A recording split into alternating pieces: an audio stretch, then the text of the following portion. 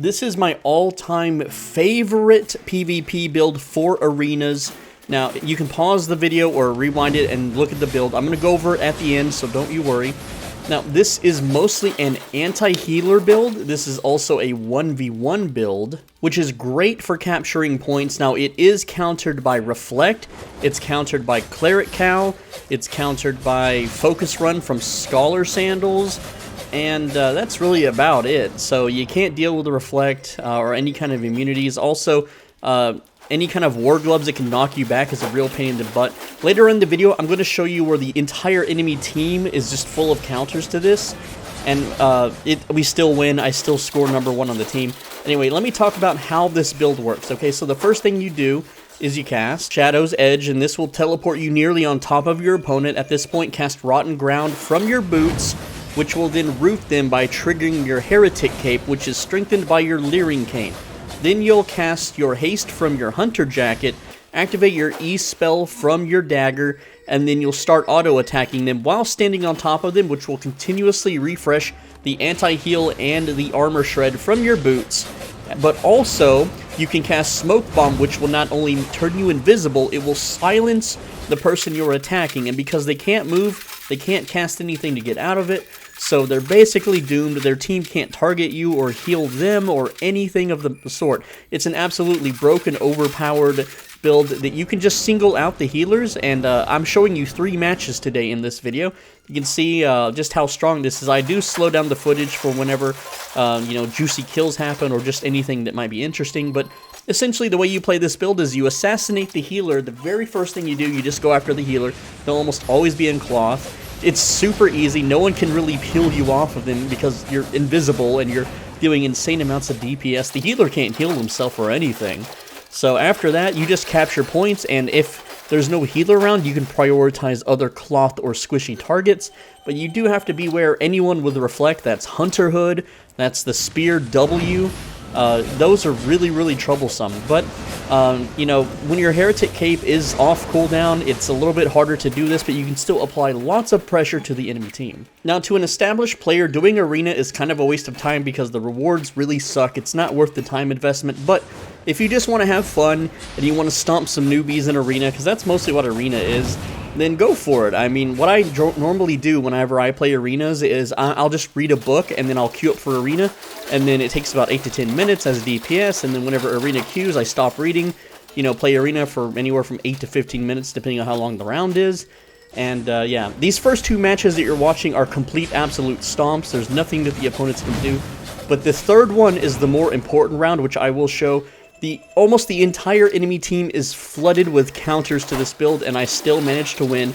I still managed to be #1 on the team, and this build is just tons and tons of fun. Also, here I trade myself for killing their healer, which puts more pressure on them so they can't push out, because the healer has to, he has a death timer too. But other than that, you just kind of assist with your team. You kind of zone control. The thing is that they can't peel you off the healer. Like you can see right here, it's just the healer gets deleted, and that's the victory kill right there. So round 3, this is the tough one. This is the hard one that's coming up. Everyone has counters in my build. It is really, really rough. I do die a lot of times, but I still managed to pull through it towards the end. This is a really, really close match, but because I'm able to just completely annihilate and zone out and disable their healer, my team pulls through for the victory. So here I am. I die to Reflect because that's a Trinity Spear with Reflect. I die to just good gameplay. Now this is also, I'm playing against a pre-made, but I am a solo queue. My team is a solo queue, but we still managed to beat a pre-made, which is really, really amazing here. So here's a really nice, this is like either a triple or a quad kill, but everyone's kind of low, and because of my insane damage, they're forced to run away, but I can pretty much just finish them off. Also, being daggers means you're pretty mobile, because you have that W, and whenever it's off cooldown, it's a stun, it's a teleport, it puts you on top of people, so you can apply your Rotten Ground, which makes it hard to heal, even if you don't have Heretic Cape available. So, again, the enemy team is really, really, really good at stopping us from capping that point.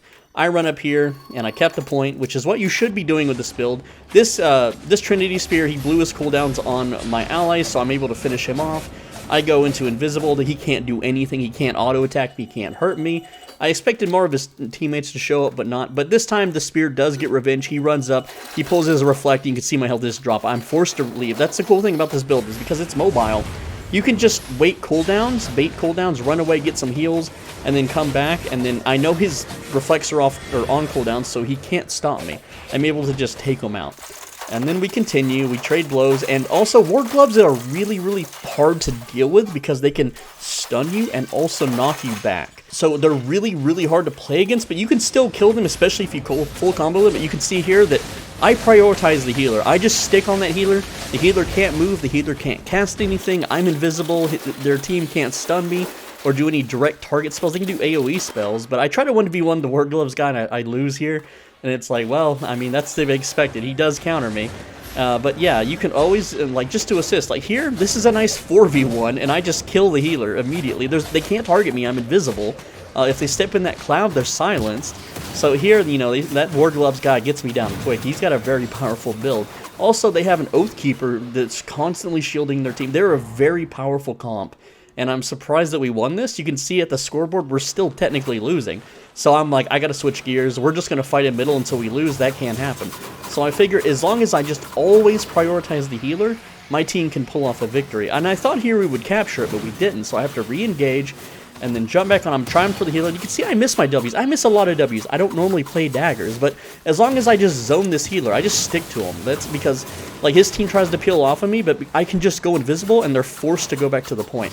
So the healer literally cannot heal their team. I am completely shutting them down, and there's nothing he can do. He switches to Focus Run at one point, so I can't hold him down with Heretic Cape anymore, because these guys, they're smart. They have gear swaps and stuff. So there we go. I can't hold him out. I still kill him though, because I'm shredding his ability to heal himself. Because Cultist Sandals, it not only negates their healing by a bit, it also shreds their armor, which means you deal more damage, which means they're forced to flee. And there you go. So this build is so darn good that I contemplated not making it public and making it for members only, but because, there we go, there's the victory for the arena. Because arena rewards are so garbage and so not worth your time, I'm just going to make it public, because if you're a new player and you like arena, here you go, here's a very overpowered build. It's super hard for healers to deal with. This build is great for 1v1ing on control points, as long as they don't have Reflect. So there you go. Now I'm showing off the rewards here. This is 3 wins in a row, back to back to back, you know, without stopping.